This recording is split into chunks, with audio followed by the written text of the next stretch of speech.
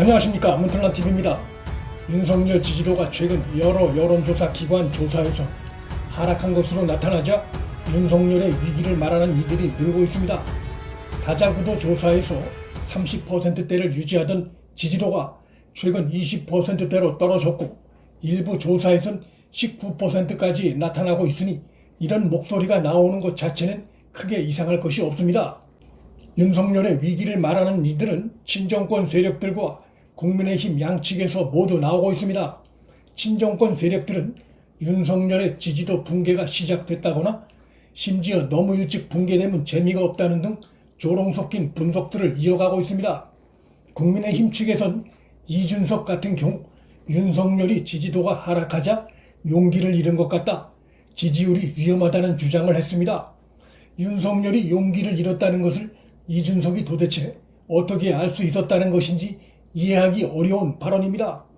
윤 전 총장 지지율이 위험하다는 이준석의 발언은 윤석열과 함께 가야 할 제1야당 대표의 발언이 아니라 친여 성향 정치평론가가 방송에 나와서 남의 일 얘기하듯 하는 발언 수준입니다. 이준석이 23일에도 페이스북에 글을 올렸는데 그 내용이 문제가 많습니다. 윤석열 영입 노력의 필요성을 강조하는 당내 목소리에 대해 꽃가마를 태우라거나 윤석열 바짓가랑이 잡으라는 것으로 의미를 왜곡하고 비하하는 내용들이어서 정권교체 플랫폼을 자처하는 제1야당의 대표가 맞느냐는 우려를 낳고 있습니다. 말 자체는 맞지만 싸가지 없이 한다는 비판을 한몸에 받고 있습니다. 당 대표가 됐으면 개인의 의견을 앞세우기보다 다양한 의견을 경청하고 한데 모으려는 자세가 필요한데 갈수록 경륜 부족과 개인적인 아집, 속좁음을 드러내고 있습니다. 여야로부터 쏟아져 나오는 이런 호들갑과 달리 당사자인 윤석열은 비교적 담담한 모습, 흔들리지 않는 모습을 보여 눈길을 끕니다. 그가 지지도에 흔들렸다면 지금까지 보여온 모습과 다른 행보가 나타났을 텐데 그러한 모습이 거의 느껴지지 않습니다. 윤석열은 지지도란 상황에 따라 또 조사 기관에 따라 달라질 수 있는 것이라는 입장을 재확인하고 있습니다. 국민의힘 입당 문제에 대해선 처음 국민에게 약속한 대로 보수는 물론 중도와 탈진보층 유권자들까지 아우르는 다양한 국민과의 만남을 이어나가겠다는 입장을 역시 재확인했습니다.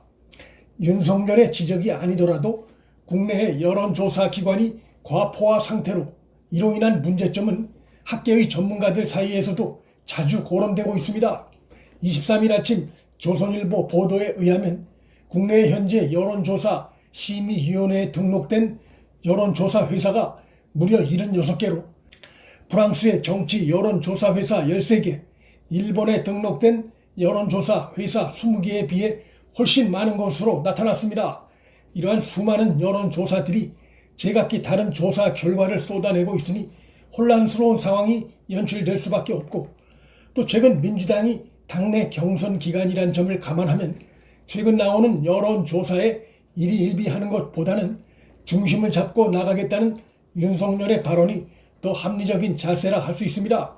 이재명과 이낙연 등이 치열하게 맞붙고 있어서 당분간은 여론의 관심이 민주당 경선에 쏠릴 수밖에 없어 이들의 지지도 컨벤션 효과가 나타날 수 있습니다.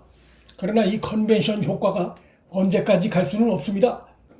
이재명, 이낙연 중에 한 명으로 정리가 되면 최근 쏠렸던 유권자들 중에 이탈하는 유권자가 상당히 나올 것이 예상되고 그들 중에 윤석열 지지로 돌아서는 이들도 꽤 있을 것으로 전망됩니다.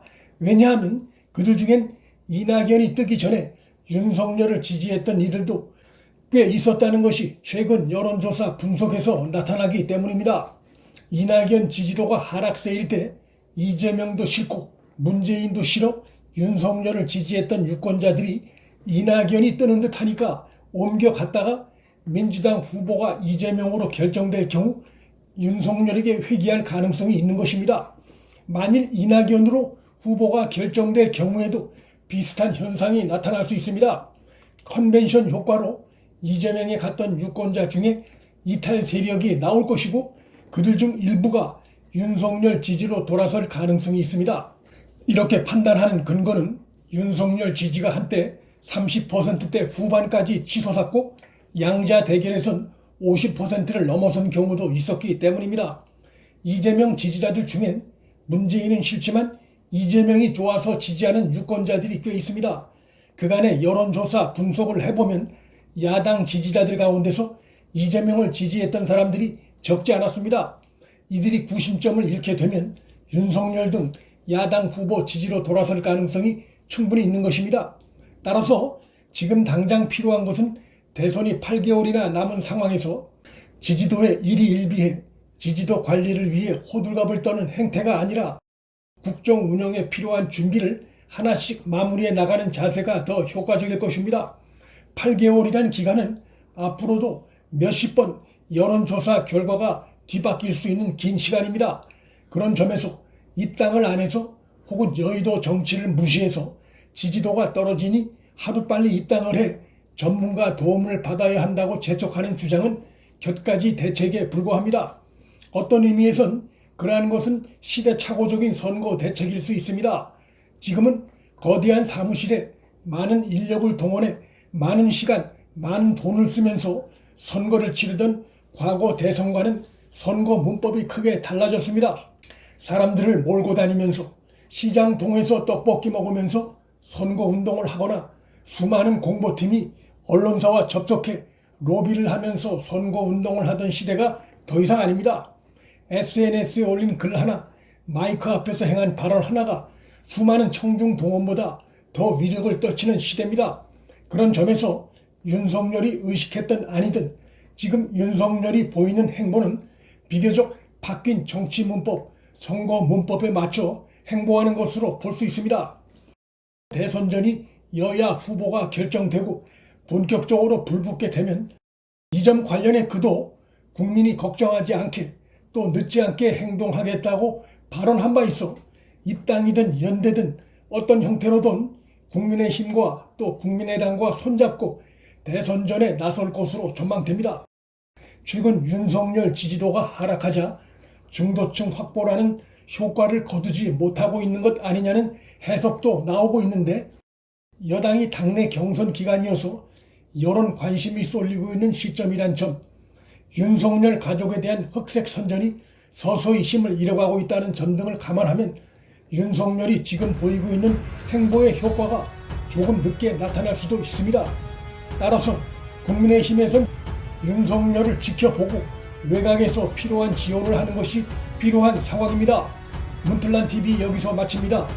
구독과 좋아요, 알림 설정은 방송 제작에 큰 힘이 됩니다. 시청해 주셔서 감사합니다.